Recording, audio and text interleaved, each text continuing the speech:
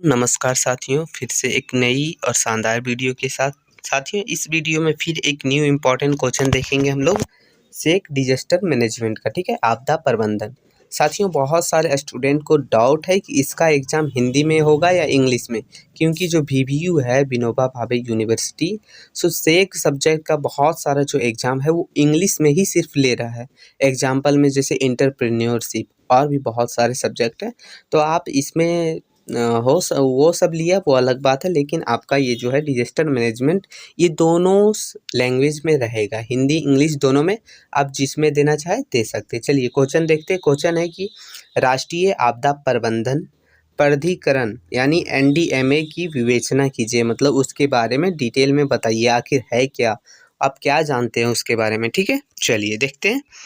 तो राष्ट्रीय आपदा प्रबंधन प्राधिकरण भारत, जिसे NDMA के रूप में संक्षिप्त किया जाता है, भारत सरकार का एक सर्वोच्च निकाय है। मतलब ये भारत सरकार का ही एक भाग है। ठीक है, जिसका कार्य है कि आपदा प्रबंधन के लिए नीतियां बनाना। NDMA की स्थापना जो है कब हुआ था? 23 सितंबर 2005। देखिए दोस्तों, आप लोग यहाँ से ध्यान रखिए, NDMA की स्थापना कब हुआ, ये बहुत ज़्यादा इंपॉर्टेंट क्वेश्चन है, एक नंबर में भी पूछा जा सकता है, तो आप इसे ध्यान रखिएगा। बाद में ऑब्जेक्टिव करके ढूंढिएगा नहीं, यहीं से मिल जा रहा है। ठीक है, को भारत सरकार द्वारा अधिनियमित आपदा प्रबंधन अधिनियम के माध्यम से की गई थी। मतलब 23 दिसंबर 2005 को इसका मतलब पूरे तरह से गठन किया गया था।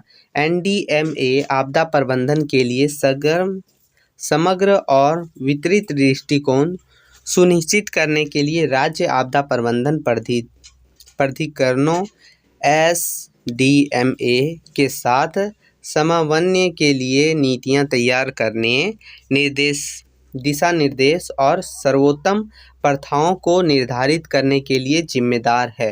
तो ये समझ लीजिए, ये एक मतलब भारत सरकार का सर्वोच्च न्यायालय का ही भाग है, जो क्या करता है, आपदा से रिलेटेड नीतियां बनाता है, नियम बनाता है, रूल बनाता है और उसे जो है दिशा निर्देश करते हुए फॉलो करवाता है। ठीक है, ये है हम लोग का।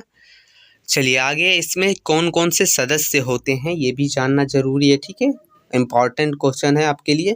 बोल रहा है कि इसकी सदस्यता भारत के प्रधानमंत्री करते हैं, अध्यक्षता। ठीक है, मतलब जो अध्यक्ष रहते हैं, जो भारत के प्रधानमंत्री रहते हैं, और इसमें अधिकतम 9 सदस्य ही हो सकते हैं।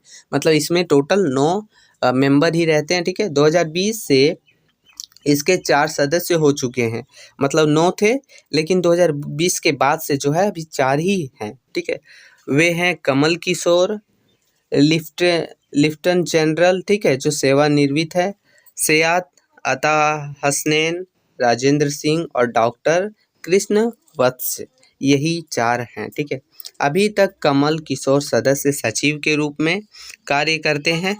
यदि आवश्यक हो तो उपाध्यक्ष रखने का प्रावधान है, मतलब अगर जरूरी भी होता है तो ये उपाध्यक्ष के रूप में भी काम करते हैं। कौन? कमल किशोर। हो सकता है ऑब्जेक्टिव क्वेश्चन में पूछते, ध्यान रखिएगा। चलिए देखते हैं आगे। बोल रहा है कि इसका काम और इसका जिम्मेदारियां क्या क्या। ठीक है, तो देखिए, शीर्ष निकाय के रूप में NDMA को आपदा प्रबंधन के लिए नीतियां, योजनाएं और दिशा निर्देश बनाने का अधिकार है, ताकि आपदाओं के लिए समय पर और प्रभावी प्रतिक्रिया सुनिश्चित की जा सके।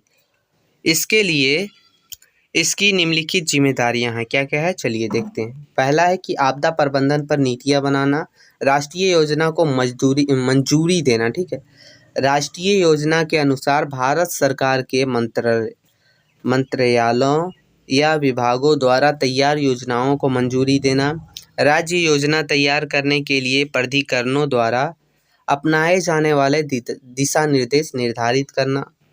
फिर आगे क्या है दोस्तों, देखिए, आपदा की रोकथाम या उसके प्रभाव के शमन के उपायों को उनकी विकास योजनाओं और परियोजनाओं में एकीकृत करने के परियोजनार्थ भारत सरकार के विभिन्न मंत्रालयों और विभागों द्वारा अपनाए जाने वाले दिशा निर्देश को निर्धारित करता है।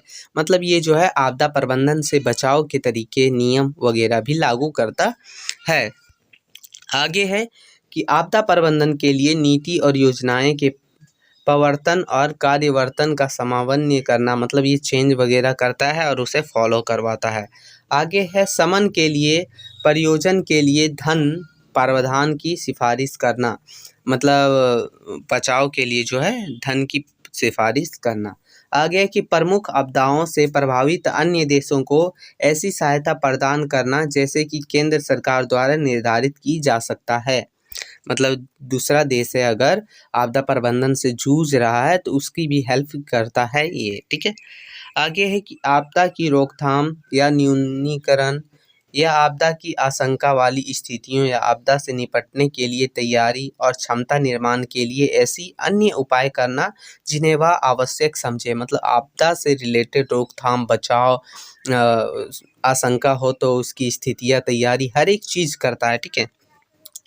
राष्ट्रीय आपदा प्रबंधन संस्थान के कामकाज के लिए व्यापक नीतियाँ और दिशा निर्देश निर्धारित करना, मतलब रूल बनाना, फॉलो करना, ऐसा। आगे है कि एनडीएमए अन्य सरकारी अधिकारियों, संस्थानों और समुदाय को संकट की स्थिति या आपदा के दौरान समन और प्रतिक्रिया के लिए सुसज्जित एवं प्रशिक्षित करता है। यह क्षमता निर्माण के लिए राष्ट्रीय आपदा प्रबंधन संस्थान के साथ मिलकर काम करता है।